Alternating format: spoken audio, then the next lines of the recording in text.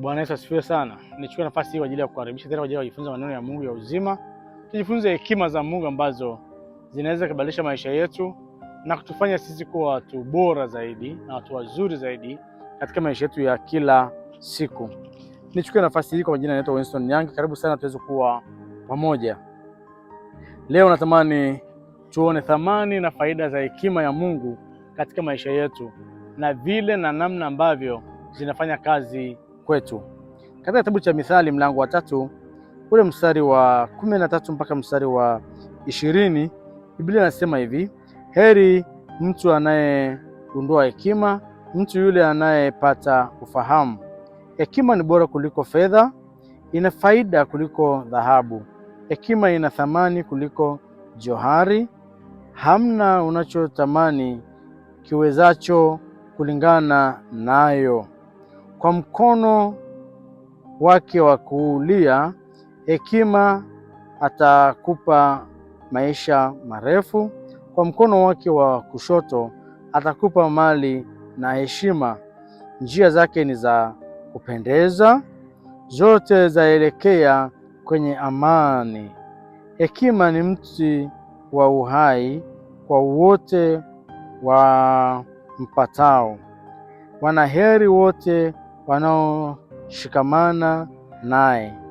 Kwa hekima Mwenyezi Mungu aliweka misingi ya dunia, kwa akili aliziimarisha mbingu. Kwa maarifa yake vilindi vilipasuka na mawingu yakadondosha umande. Mwanangu, zingatia hekima safi na busara, usiviache vitoweke machoni pako. Mstari wa 22, navyo vitakuwa uhai nafsini mwako. Ninavyosoma swala la hekima ya Mungu na maarifa ya Mungu katika kipengele ambacho nimesoma cha Mithali 3 mstari wa 13 mpaka 22, unaona kabisa kwamba hakuna chenye thamani kama hekima, hakuna chenye uwezo kama hekima, hakuna chenye matokeo kama hekima. Inamaanisha nini?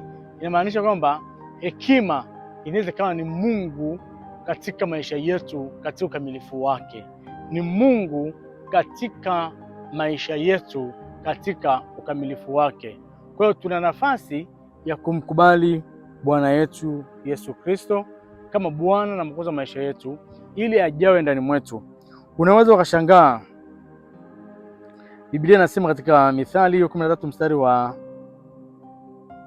14, hekima ni bora kuliko fedha, ina faida kuliko dhahabu. Sasa kama ni bora kuliko fedha na ina thamani kuliko dhahabu, basi hekima ni Mungu mwenyewe ndani mwetu. Kama hekima ni Mungu mwenyewe ndani mwetu, haya yote yanaweza yakatokea.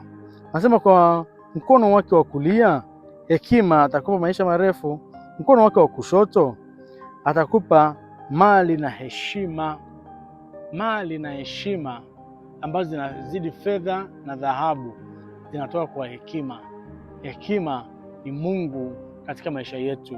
Hekima ya Mungu katika maisha yetu ndiyo jambo ambalo Mungu anatuhimiza na anatuonyesha leo kwamba tukimpata yeye tumepata zaidi ya fedha. Tukimpata yeye anasema ana thamani kuliko johari. Tukimpata yeye hekima ina thamani kuliko johari. Hekima ina thamani kuliko fedha.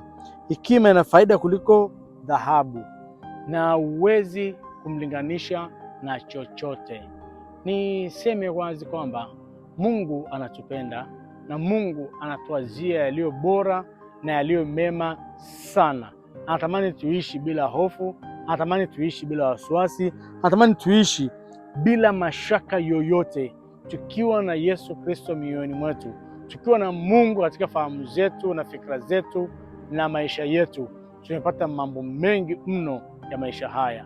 Mungu atubarikie, Mungu atusaidie kuweza kumjua yeye na kumwendea yeye. Tunamwendea namna gani Yesu Kristo?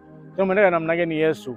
Ni wewe kukubali na kusema kwamba nimekubali kufuata kwa Bwana na Mwokozi wa maisha yangu.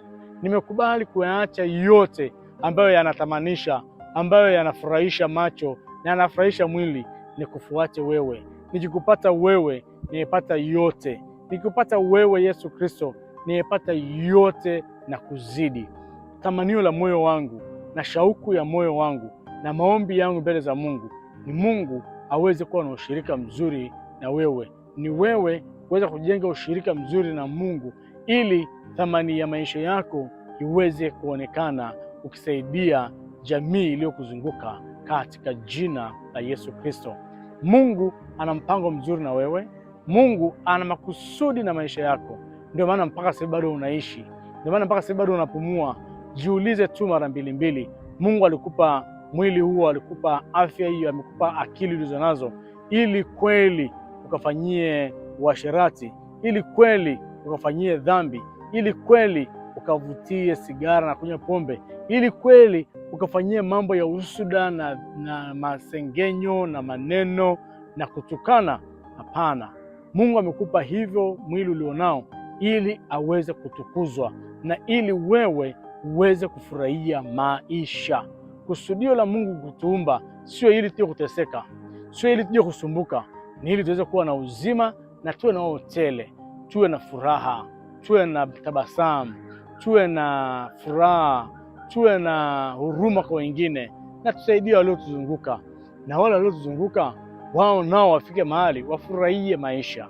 Mungu ametuumba kwa mfano na sura yake ili tufurahie uumbaji wake na sio vinginevyo. Kwa hiyo ukiona kila kiitwa leo, jana yako ilikuwa ni njema, leo ni mbaya zaidi, jiulize, kwa nini leo imekuwa mbaya? Je, hili ni jaribu tu, napita kwa muda na baada ya hapo nitatoka? Au ni mimi nimeharibu mahusiano yangu na ushirika wangu na muumba wangu? Katika Mithali huu mlango wa 3 mstari wa 13 mpaka 22 unaona wazi kwamba hekima inaongelewa kuliko kuwa na thamani kuliko fedha, kuwa na thamani kuliko dhahabu. Kwa hiyo niseme nini? Niseme kwamba Mungu ana mpango na kusudi la maisha yako, na anatamani uhusiane naye wewe binafsi ili aweze kusaidia maisha yako yawe maisha bora. Anasema heri mtu anayegundua hekima, mtu yule anayepata ufahamu. Hekima ni bora kuliko fedha, ina faida kuliko dhahabu. Hekima ina thamani kuliko johari, hamna unachotamani kiwezacho kulingana nayo. Matamanio yote ya mwanadamu hayawezi kulinganishwa na hekima ya Mungu. Mungu alibariki neno lake. Mungu atusaidie na kutubarikia tunapoendelea kujinyenyekesha kwake na kumtamani yeye na kumwishia yeye na kumtaka yeye na nguvu zetu na uwezo wetu na ufahamu wetu, ili kweli yake iumbike kwetu nasi tuweze kuwa na ushirika naye. Mungu akusaidie anaposema naenda ndani ya moyo wako kwa sauti ya upole na kukuelekeza mambo ambayo unataka yafanye. Yaendee kwa ujasiri, nenda yafanye katika vile ambavyo Mungu anataka ufanye, na utukufu wa Mungu utaonekana. Amen.